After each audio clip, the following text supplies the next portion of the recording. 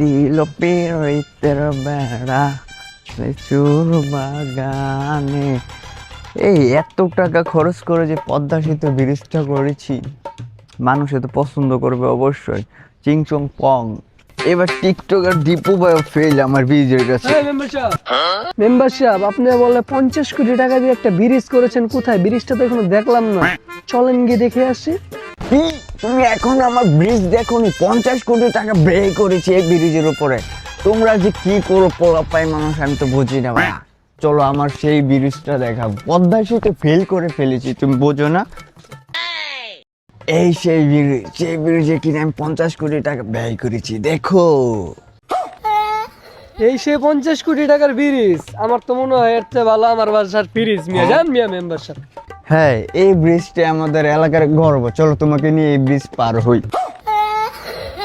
এ ভাই, পার হইবেন না?